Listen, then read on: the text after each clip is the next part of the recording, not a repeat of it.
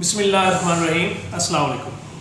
मोहतरम तलबा, हम लोग बात कर रहे थे common characteristics of developing countries कि गैर तरक्की याफ्ता मुल्कों की जो मुश्तरका खसूसियात हैं वो क्या होती हैं।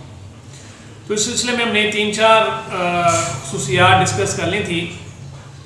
तो आज इसी लेक्चर को हम कंटिन्यू करते हुए फर्दर जो इसकी खसूसियात है वो डिस्कस करते हैं। तो उसमें अगला जो पॉइंट है हमारा वह है डिपेंडेंसी ऑन एग्री प्रोडक्ट्स।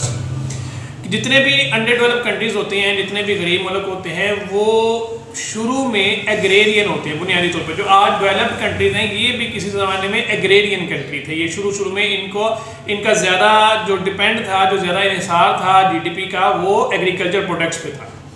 तो इसी तरह से जितने आज भी जितने अंडर डेवलप कंट्रीज हैं उनका भी ज़्यादातर इन्हिसार एग्रीकल्चर पे, एग्री प्रोडक्ट्स पे होता है।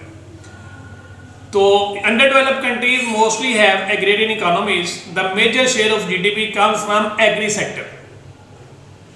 जो मेजर शेयर GDP का है वो एग्रीकल्चर सेक्टर से आता है, क्योंकि बहुत सी जो लोगों की तादाद है, जो लोगों की बड़ी जो शरह है वो एग्रीकल्चरल एक्टिविटीज़ में इन्वॉल्व होती है, चाहे वो डायरेक्टली हो या इनडायरेक्टली हो। Agri sector and they depend on agri products.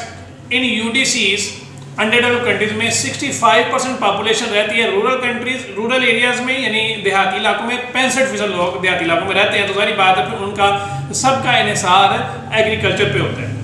And in DCs only 27%। और जो डेवलप कंट्रीज हैं उसमें सिर्फ 27% जो पॉपुलेशन है वो देहातों में रहती है, बाकी सारी शहरों की तरफ मूव कर जाती है। तो the major portion of population reside in rural areas and rely on agriculture. अच्छा, अब मेजर पोर्शन जब देहातों में रहेगा तो वो ज़्यादा जो लेबर फोर्स की तादाद है वो एग्रीकल्चरल में, एग्री प्रोडक्ट्स में ज़्यादा इन्वॉल्व होगी और GDP का शेयर बड़ा जो है वो एग्रीकल्चर से आएगा। जैसे जैसे मुल्क डेवलपमेंट की तरफ जाना शुरू हो जाता है, एग्रीकल्चर का शेयर कम होना शुरू हो जाता है और इंडस्ट्री का शेयर बढ़ना शुरू हो जाता है। और मज़ीद अगली स्टेज में एग्रीकल्चर और इंडस्ट्री दोनों का शेयर कम हो जाता है और सर्विसेज सेक्टर का शेयर बढ़ना शुरू हो जाता है। तो इस पर देखते हैं हम लोग UDCs में 58% ऑफ लेबर फोर्स, यानी 100 बंदा अगर काम करने वाला तो उसमें से 58 बंदे तो एग्रीकल्चर में है। एग्रीकल्चर का मतलब ये नहीं होता है कि वो खेती बाड़ी करते हैं। एग्रीकल्चर प्रोडक्ट्स का मतलब ये होता है कि वो एग्रेरियन सेक्टर के साथ लिंक है, चाहे वो बराह रास्त हो, चाहे वो बिलवास्ता हो, किसी वास्ते से हो। मिसाल के तौर पर खाद्य बनाने वाला है तो खुद तो खेती बाड़ी नहीं करता, लेकिन ताल्लुक तो उसके साथ ही है। कोई पेस्टिसाइड्स बनाने वाली है, इस तरीके से मैकेनिकल में है, ट्रैक्टर बनाने वाला है, तो लिंक उसके साथ ही हो जाता है उसका भी। तो 58% of labour force is engage in agree sector, while in DCs only 3% of labour force. यानी अंडर डेवलप कंट्री में 58% लोग जो हैं वो एग्रीकल्चर सेक्टर में होते हैं और डेवलप कंट्रीज में सिर्फ 3%। ये आप अंदाजा लगा लें कि डेवलप कंट्रीज का और अंडर डेवलप कंट्रीज का कितना ह्यूज डिफरेंस आ जाता है। तो मोस्टली डेवलप कंट्रीज में कम लोग और वहाँ उनकी प्रोडक्टिविटी भी ज़्यादा होती है। मज़े की बात यह है कि डेवलप कंट्रीज में कम लोग एग्रीकल्चर सेक्टर में इन्वॉल्व होते हैं, लेकिन उन 3% की भी, उन कम लोगों की भी जो प्रोडक्टिविटी है, जो काम करने की सलाहियत है, जो आउटपुट है, वो 58% लोगों से ज़्यादा होती है। अभी देखते हैं हम labour force of different parts of the world engage in agree sector. मुख्तलिफ जो दुनिया के हिस्से हैं उसमें कितने लोगों के लोग इंगेज है एग्री सेक्टर में। जैसे हम अफ्रीका में देखें तो 68% लोग एग्री सेक्टर में इंगेज होते हैं। साउथ ऑफ एशिया में 64% लोग हैं जो एग्रीकल्चर सेक्टर में इन्वॉल्व हैं। ईस्ट एशिया में 51% लोग हैं जो एग्रीकल्चर सेक्टर में इन्वॉल्व हैं। लातीनी अमेरिका में 32% और यूरोप में सिर्फ 9%। अब देखें जो डेवलप कंट्रीज का जो पोर्शन है उसमें सिर्फ 9% है, बाकी सब में 50% से ज़्यादा रेशो है लोगों की। अब मुल्कों के हिसाब से अगर हम देख लें तो अंगोला में 45% लोग हैं जो एग्रीकल्चर सेक्टर में इन्वॉल्व हैं। बेनिन में 46% है। ये दोनों अफ्रीकन कंट्रीज हैं। ऑस्ट्रेलिया में सिर्फ 3% लोग हैं जो एग्रीकल्चर के साथ इन्वॉल्व हैं। बहरीन और बेल्जियम दोनों में सिर्फ 1% लोग हैं। ये दोनों डेवलप कंट्रीज हैं। तो बहरीन में और बेल्जियम में सिर्फ 1% लोग। तो जैसे जैसे डेवलपमेंट की तरफ जाएंगे एग्रीकल्चर का शेयर कम होता रहेगा। जैसे जैसे अंडर डेवलप की तरफ होंगे, जैसे जैसे गुर्बत बढ़ेगी, वैसे वैसे प्रोडक्ट पे, एग्रीकल्चर प्रोडक्ट्स पे निसार बढ़ना शुरू हो जाता है। उसके बाद जो अंडर डेवलप कंट्रीज हैं उनकी एक्सपोर्ट जो है ना वो प्राइमरी एक्सपोर्ट होती है, यानी वो एग्रीकल्चरल एक्सपोर्ट पे मुश्तमिल होती है। वो चावल भेजेंगे, गंदम भेजेंगे, वो जनाब डेयरी प्रोडक्ट्स भेजेंगे, तो प्राइमरी प्रोडक्ट्स पे उनका निसार ज़्यादा होता है।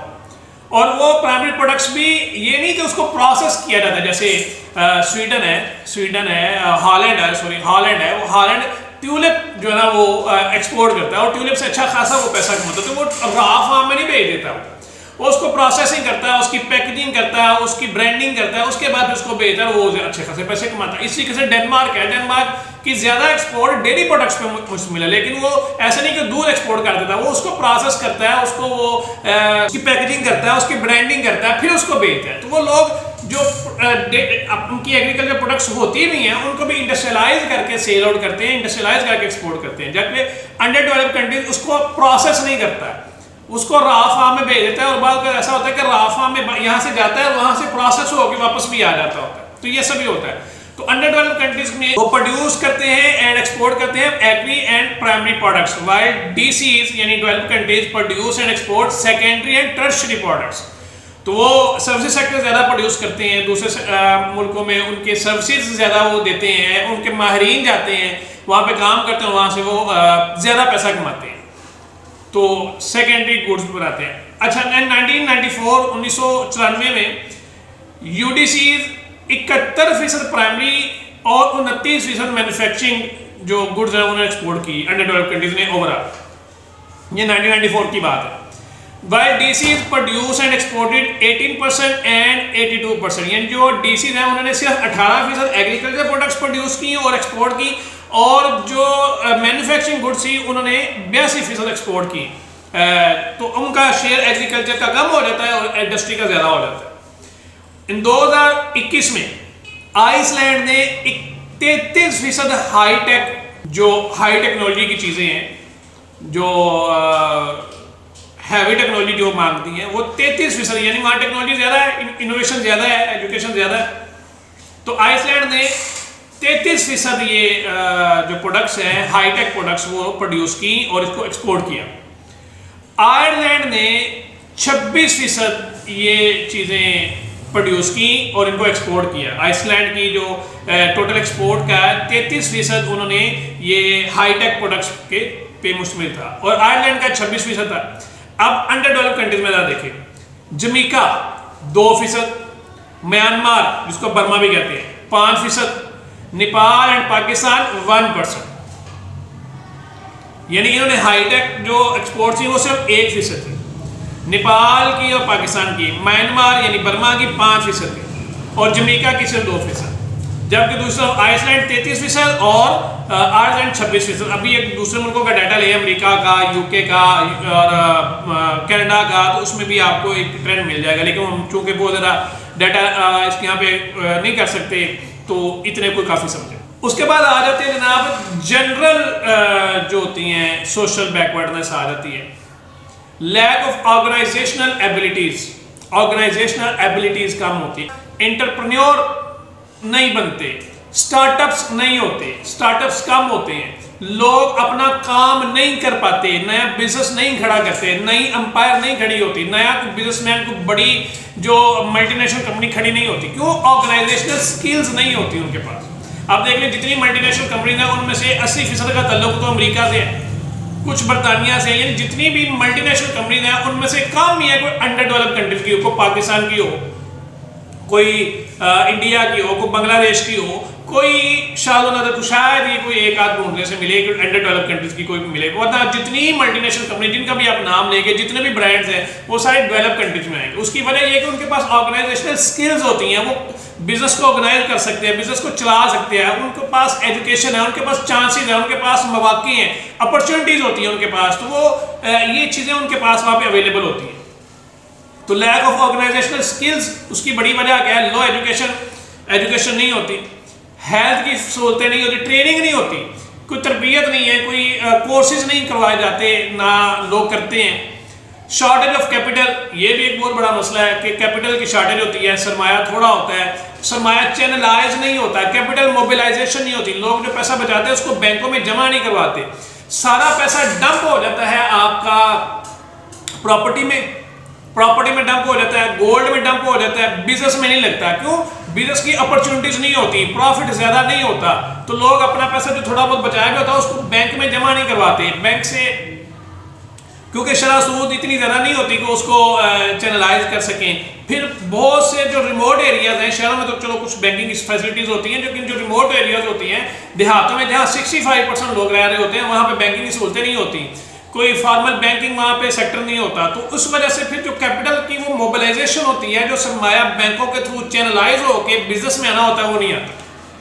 और फिर जो लोनिंग फैसिलिटीज़ हैं वो भी आम बंदे को मिलती नहीं, आम गरीब बंदे को, छोटे तबके को लोन की फैसिलिटीज नहीं मिलती। बड़े तबके के पास, जिसके पास ऑलरेडी बल्ज होता है, कैपिटल का पैसा ज़्यादा होता है, बड़ी उसकी शुगर मिलने हैं, फ्लोर मिलने हैं, उसके अपने फैक्ट्रियाँ कारखाने हैं, उसको तो लोन मिल जाता है।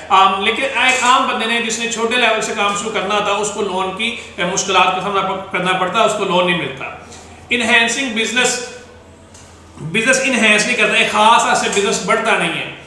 लिमिटेड मार्केट, उसमें ये भी होता है कि मार्केट बड़ी लिमिटेड होती है, इन जितने सारे ये लैक ऑफ ऑर्गेनाइजेशन एबिलिटीज है उसकी वजूहात है कि मार्केट लिमिटेड है, आबादी अगर ज़्यादा भी है तो उनमें वो चीज़ें वो प्रोड्यूस अगर कर भी लेगा तो लोगों के पास पैसे नहीं है कि वो उन चीज़ों को, उन प्रोडक्ट्स को, मैन्युफैक्चरिंग प्रोडक्ट्स को खरीद सके, तो मार्केट भी छोटी रह जाती है, बहुत ज़्यादा बड़े लेवल पे मार्केट बन नहीं पाती।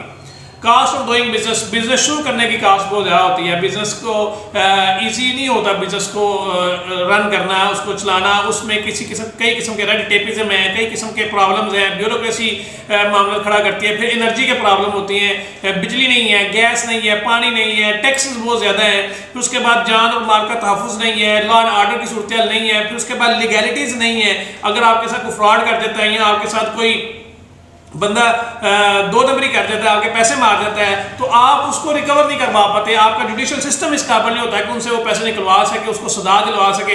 तो इन सब वजूहात की वजह से लोगों में फिर ऑर्गेनाइजेशनल एबिलिटीज पैदा नहीं होती, बिजनेस खड़े नहीं होते, एम्पायर्स खड़ी नहीं होती और लोग उस तरीके से काम नहीं कर पाते।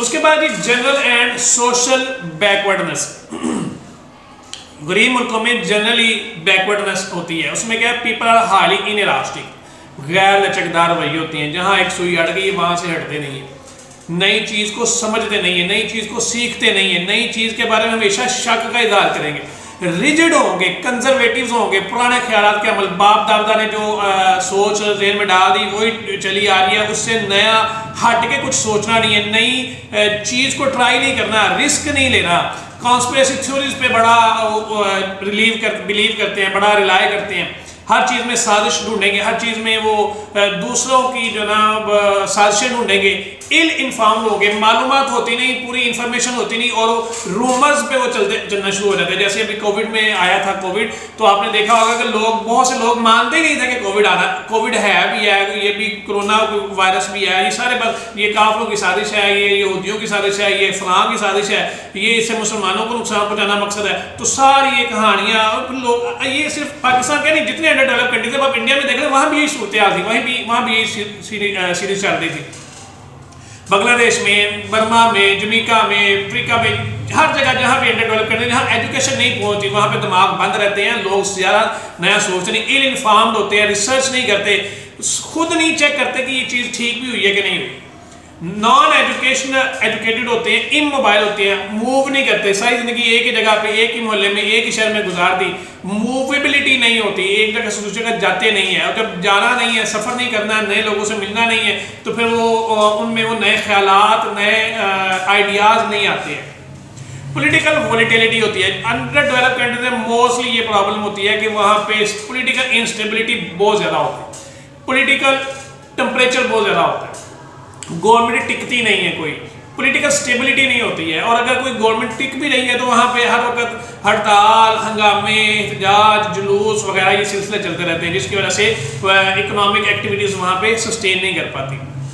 वीक डेमोक्रेसी होती है, डेमोक्रेसी बड़ी कमज़ोर होती है, पॉलिटिशियंस करप्ट होते हैं, डिसकंटिन्यूशन इन पॉलिसीज में डिसकंटिन्यूशन होता है, पॉलिसीज चलती नहीं है, एक हुकूमत आती है वो 2-2.5 साल को पॉलिसी बनाती है, अगली हुकूमत आके उसको रिवर्स कर देती है। इंटरनेशनल ऑर्गेनाइजेशन के साथ जो मामला होते हैं वो ठीक तरीके से नहीं चलते हैं, क्योंकि उनको पता होता है कि पता नहीं अगली गवर्नमेंट आगे इसको चलाएगी कि नहीं चलाएगी, इसको कंटिन्यू करती है कि नहीं करती है। तो डिसकंटिन्यू जहाँ भी पॉलिसी एक ब्रेक होती है वहाँ पे दूसरी पॉलिसी शुरू होती है, तो पॉलिसी इंपैक्ट लाते लाते 8-10 साल लगाती है।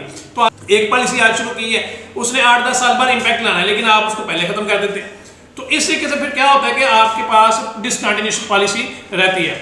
करप्शन है, रेड टेपिज्म है, नेपोटिज्म है, लैक ऑफ मेरिटोक्रेसी है, सुरखविता ब्यूरोक्रेसी बड़ी रुकावटें खड़ी करती है काम में। जहां अपनी मर्जी होगी वहां पे वो सारे रूल्स रिलैक्स करके अपना काम कर लेती है, जहां मर्जी नहीं है वहां पे रूल्स का बहाना कर देंगे। नेपोटिज्म अकरबा परवरी, अपने रिश्तेदारों को, अपनी बरादरी को, अपने मसलों को, अपने हम मजहब को तरजीह देंगे। ये नहीं देखना कि ये इस बंदा इस काम के लिए मौजू भी है कि नहीं है, ये काम कर सकता है कि नहीं कर सकता। सिर्फ ये है कि भी बंदा चूँकि मेरे मोहल्ले का, मेरा रिश्तेदार है, मेरी जमात का है, मेरे मसलक का है, मेरे मजहब का है, लिहाजा इसको तरजीह दे दी जाएगी। तो मेरिटोक्रेसी नहीं होती, मेरिट पे काम नहीं होता। मिस यूज ऑफ पावर का मिस यूज, जिसके पास पावर आती है उसका मिस यूज करता है, उससे फ्रॉड में और एम्बेजलमेंट में उसको इस्तेमाल करता है, पैसे कमाता है और वो हर तरह के हथकंडे इस्तेमाल करता है। तो ये जनरली भी बैकवर्डनेस आती है अंडरवर्ल्ड कंट्रीज में, और ये सारे गरीब मुल्कों में यही सूरत है। तो लोग रिजिड होते हैं, कहाँ बात को समझते नहीं है, बात की तह तक नहीं पहुँचते हैं, इल इन्फॉर्म्ड है और वो बिजनेस की तरफ मूव नहीं कर पाते। तो ये वो सारी खसूसियात हैं जो एक अंडर डेवलप्ड कंट्रीज में पाई जाती है। तो उम्मीद है आपको ये टॉपिक पसंद आएगा और इसमें जो इन्फॉर्मेशन दी गई है वो आपके लिए हेल्पफुल होंगी। तो मिलते हैं नेक्स्ट टॉपिक के साथ, तब तक के लिए अल्लाह हाफिज़, अस्सलाम वालेकुम।